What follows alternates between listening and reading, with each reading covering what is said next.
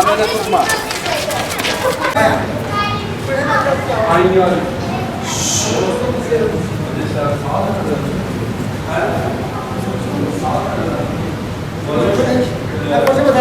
أشهد أن لا إله إلا الله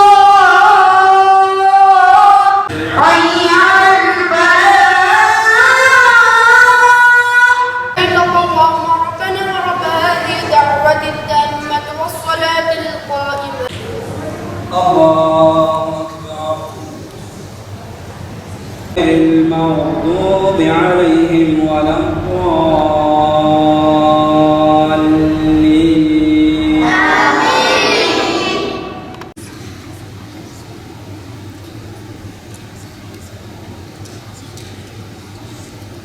السلام عليكم ورحمة الله.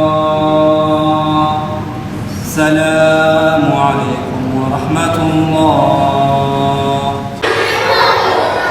أولئك راعنا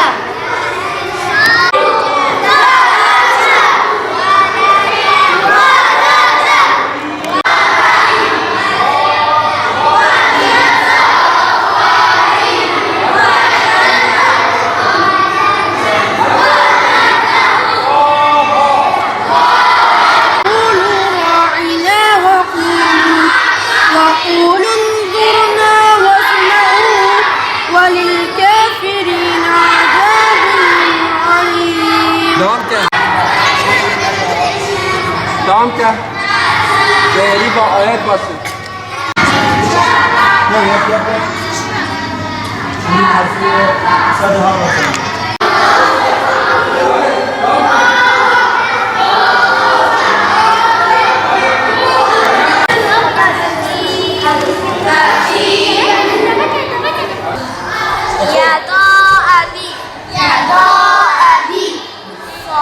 صفاتي شاءت الماء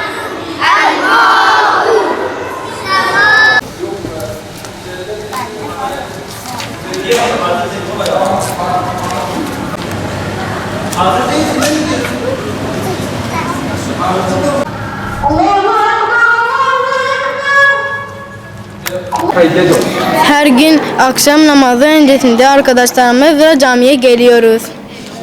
Ve burada dini dersler ve ahlak bilgisi dersleri öğreniyoruz.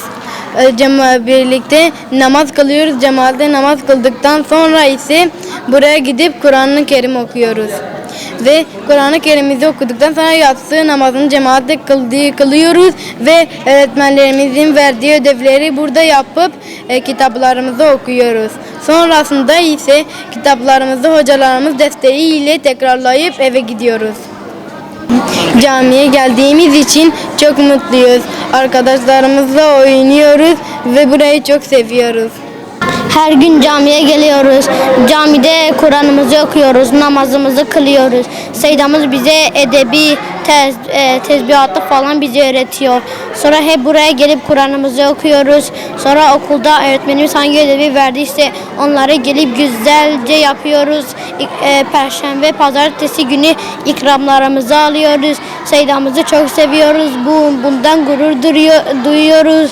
Tesbihatı öğrendiğim için bu arabayı kazandım. Kâmeti öğrendiğim için Seyyidimiz bize bu arabayı ve topları verdi. Seyyidimize çok teşekkür ediyorum. Bu cami çok güzel. Bu cami bizim için çok değerli. Akşam namazından yatsı namazına kadar Kur'an-ı Kerim okuyoruz. Yatsı namazından sonra 1 saat dersimizi çalışıp ödevlerimizi yapıp kitap okuyoruz. Burası çok güzel. Namaz vakti gelince hocalarımız diyor birisi gidip ezan okuyor. Aramızdan diğer birisi gidiyor kâmet getiriyor. Birisi gidiyor tezbihat getiriyor. Namazlarımız da böyle geçiyor. Aşağıdaki kullanılmayan taziye evinin gençlik merkezinin açılmasını istiyoruz. Hacı Ramazan Cami İmam Hatibiyim. Burada görev yapıyorum. Çoğunlukla yaklaşık olarak çevremizdeki olan 5 okuldan gelen öğrencilerimiz var. Akşam namazından önce öğrencilerimizi karşılıyoruz. Akşam namazını cemaatle kıldıktan sonra çocuklara elifba ve Kur'an-ı Kerim eğitimi veriyoruz. Akşam yatsı arası derslerimizi okuduktan sonra çocuklar yatsıya kadar bireysel olarak çalışıyorlar. Bireysel çalışmadan sonra yatsı ezanı okunuyor ve yatsı ezanından sonra birlikte kısa bir sohbetle beraber cemaat namazımızı kılıyoruz. Genellikle çocuklarımız okulda hocaların onlara verdiği ödevleri çözüyorlar. Ödevler yarım saat genellikle sürülüyor. Ödevi olanlar ya da sorular sormak isteyenler ya da kısacası sınavlara çalışmak isteyen arkadaşlar da dışarıdan camiye gelen öğretmenlerimiz var. Allah kendilerinden razı olsun. Bu çocuklara bu şekilde yardımcı oluyorlar. Matematik hocamız geliyor, Allah razı olsun. Kendisi onlara yardımcı oluyor. Ya da bizim yapabileceğimiz ödevler konusunda biz kendilerine yardımcı oluyoruz. Ve yarım saat bu şekilde çocuklar kendi ödevlerini ve derslerine çalışıyorlar. Yarım saatten sonra ise çocuklar hepsi bireysel olarak Türkçe kitap okuyoruz. Hem Türkçelerini geliştirmek anlamında hem de yeni bilgiler edinme anlamında. Tabii bu kitapları da çoğunlukla öğretmenlerin onlara verdiği kitaplardır. Kitabı olmayanlar da biz kendimiz ya alıyoruz ya da bir yerden tedarik edip onlara dini kitaplar veriyoruz. Bu kitapların içerisinde peygamberlerin hayatı, Peygamber Efendimiz sallallahu aleyhi ve sellem hayatı mevcut. Bayan öğrencilerimiz ise bayan sahabelerin hayatını okuyor. Erkekler ise sahabilerin hayatını okuyorlar.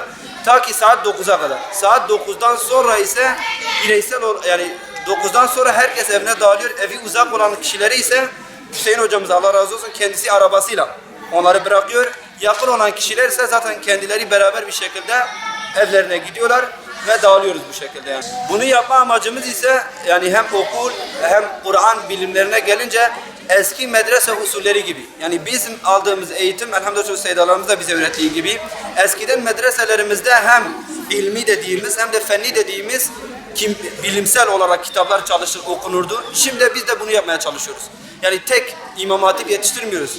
Aksine biz diyoruz burada okul okuyan ya da diğer derslerde başarılı olan öğrenciler hem burada Kur'an-ı Kerim'i öğrensinler hem de okulda başarılı olsunlar. Yani şunu demeye çalışıyoruz, şunu yapmaya çalışıyoruz. Hedefimiz şunlar.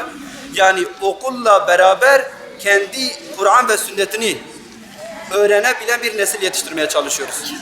Çünkü gerçekten sadece İmam Hatip yetiştirmiş olsak bu sefer diğer dallarda Kur'an'ı öğrenen, peygamberini öğrenen kişiler o zaman az olurdu. Biz de bu açıdan dolayı bütün alanlarda hem peygamberini hem de Kur'an-ı Kerim'i okuyan, bilen ve aslını yani İslam tarihini bilen öğrenciler yetiştirmeye çalışıyoruz ki ileride kendilerine, ailelerine ve memleketlerine hayırlı bir evlat, hayırlı bir öğrenci olabilsinler diye.